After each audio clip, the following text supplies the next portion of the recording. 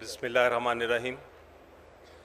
I'd like to, first of all, thank the organizers, including my dear friends, the Supreme Court Bar Association President and their committee, the Pakistan Bar Council, the panelists, ladies and gentlemen.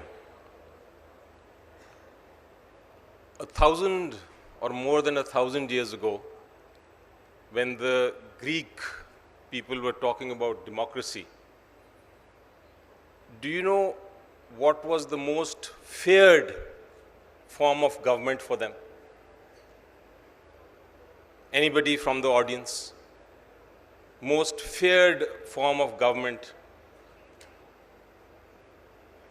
Kleptocracy. Kleptocracy literally means when power goes into the hands of thieves. Kleptocratic form of government, by definition, is when the powerful get together, they control the reins of a state, and then they loot and plunder its wealth so that the poor remain poor and the powerful continue to become richer. This was the most feared form of government. In my reading of Pakistan's history, people may agree or disagree with it, but in my view, in my interpretation, kleptocracy has actually invaded into the corridors of power in Pakistan. And not only that, but they have legitimized kleptocracy in the eyes of the public. And that is where the problem lies. If corruption of any kind becomes legitimate, if people start believing that they can get away with corruption, if people start accepting it as a facet of life, then the nation can only go downwards. It cannot rise. And that is where the problem lies. The biggest threat, in my view, the biggest threat, and this is not just my view, but when Quaid-e-Azam Muhammad Ali Jinnah, the founder of this country, when he gave his first address, he also said this, that the biggest threat to our country is corruption. And I'm sure that no one here, not the panelists, not anybody in the public, will say that corruption is good. Everybody agrees that that is the greatest threat. It's a curse to democracy. It's a cancer. We have to fight this monster. That's also a fact. And we have to fight this monster. It is not easy. The fight is not easy, ladies and gentlemen, because those who have got their tentacles in power, those the kleptocrats or kleptocracy, they will fight back. And do you know how they will fight back? They will fight back by creating a perception that the process of accountability is flawed. It's mala fide. It is to target someone.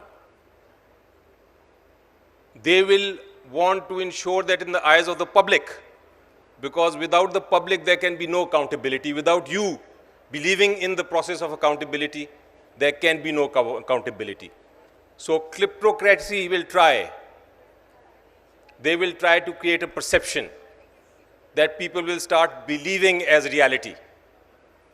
A perception that the accountability process is not impartial, that it is based on victimization.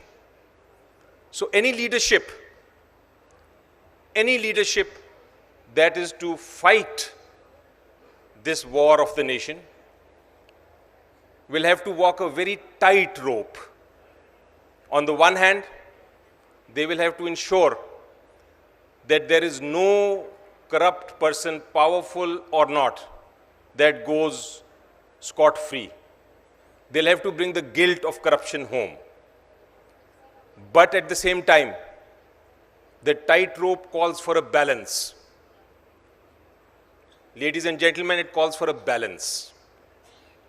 And the balance lies in not overreaching. The balance lies in ensuring that no innocent are victimized. The balance lies in ensuring that it is not used as a tool for political vendetta. That is the balance of leadership. The leadership has to ensure that the guilty are not free, but the overreaching of any institution also has to be stopped and eradicated. Remember, in this fight, and I'll repeat again, because sometimes repetition is important. Remember that in this fight, perceptions are very important. The kleptocracy will try and create a certain reality in our minds, inaccurate reality that this accountability process is only one-sided.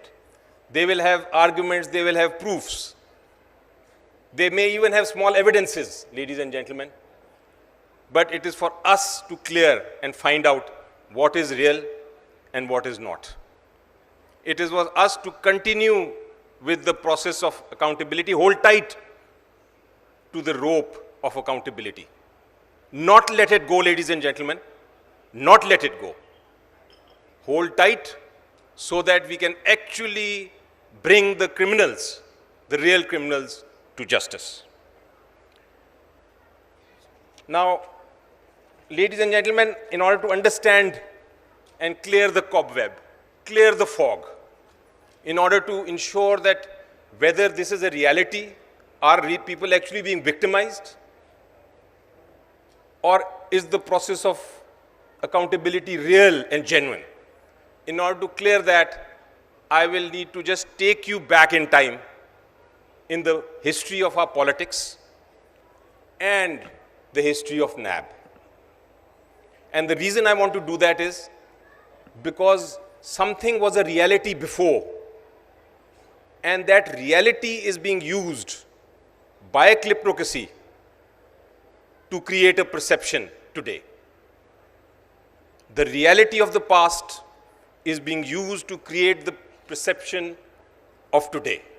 So I need to take you there. And I call this part of Pakistan's history, ladies and gentlemen, the revolving door politics. Have you ever gone into a hotel with a revolving door? As one person is going in, another is going out. And this revolving door politics of Pakistan is bad history. It is a history when there were two main political parties at each other's throats. One was the Pakistan Muslim League Nawaz, and the other was the Pakistan People's Party. They were at each other's throats. So in '88, Benazir Bhutto, Madam Benazir Bhutto, the Prime Minister of Pakistan, became the Prime Minister. Ghulam Ishaq Khan was used by the PMLN to throw her out, an exercise of powers under what they call the Article 58(2)B. After 2 years, she was out. There was a lot of tension between the two. Revolving door, she goes out, in comes Mr. Nawaz Sharif as the Prime Minister. Again, enmity, enmity, enmity. And the same president, after 3 years, in 1993, throws out Nawaz Sharif government also. Through the revolving door, Nawaz Sharif goes out, and through the revolving door, immediately comes in Madam Benazir again. She comes in, and in 2 years, less than 3 years, she's thrown out again. This time by her own president exercising the same power. In comes Nawaz Sharif Saab again. And what does he do? This time he says, and it's a historical fact, so I'm not going to mince words. This time he says, I will use ihtisab as a tool to crush my opponents. He said, I will make a law, because corruption everybody hates, and that will look good in the public, and it will go good. And while it is looking good, I will also be able to jail my opponents. So he appointed this gentleman called Saifur Rahman as the chairman of the Ihtisab Bureau. In common parlance, it was the time of Ihtisab justice. Cases were filed against Benazir, her family, her mother, her husband, and we all know what was going on. But this did not live long. Less than 3 years later, Mr. Nawaz Sharif was also sent home, and General Pervez Musharraf Saab came in. He said, ihtisab out, NAB in. And the NAB law was promulgated. This NAB law was also used by that regime as a tool for political opponent victimization. That was the reality. That was the historic reality. Then what happened? Then what happened was that our great leaders of the two parties that were fighting sat together somewhere. Where did they sit? They sat in the House of Parliament in London, and they came up with an agreement. Just 5 minutes. They came up with an agreement, and they said, no more victimization. We have been victimizing each other. They admitted in the document itself that we have been victimizing each other. No more victimization. And we will make it more transparent by having a chairman appointed by the leader of the opposition and the leader of the House together. So they said we will have an independent chairman, and therefore everything will be all right. When they came back in power, after Musharraf was gone, they did make an amendment in the NAB law. That first amendment was relating to the appointment of the chairman. But what they did not do, ladies and gentlemen, what they did not do is equally important. There were many lacunas in the law, many gaps, biddatein, due to which that law could have been abused. They opted not to change those laws in NAB, in spite of being in power for ages. I remember, ladies and gentlemen, same place, Awari, not here, but next building. We were having a conference under the auspices of Supreme Court Bar Association of Pakistan. I think Mr. Kaira was also there. And we called upon the political parties of the time, and we said, please amend the laws so that we can make them more transparent. Please make sure that we don't lose this accountability process to perceptions. But what did the PMLN say? There is no need. The law is clear. It is unambiguous. We will not change it. So the law was not changed. Ladies and gentlemen, when we came, I've got a thing, I had some 10 minutes to go, but I'll try and close this now in 5 minutes. So ladies and gentlemen, when we came in 2018, we inherited this law. The current government inherited this law. And we inherited the lacunas. But one thing was clear, that in these 3 years period, we said we are not going to spare anyone. We are going to change the perception at least. The perception that the powerful are not going to be held accountable. We said we will leave NAB to reach out and touch kleptocracy if they can. And we let that happen. So the perception, the positive reality today is that amongst the general public, everybody now is fearful of NAB. It is fearful that corruption will not be allowed to be, nobody will be allowed to get away with corruption. That powerful can also be prosecuted. But at the same time, having made this point, the perception is still there. Even while I was coming into the hall and talking to a few people, the perception was still there that no, this accountability process is not as transparent. We heard two of our very learned panelists also say the same thing. So what is the job of the government now? The job is first to identify why this perception is still persisting. It is an inaccurate perception.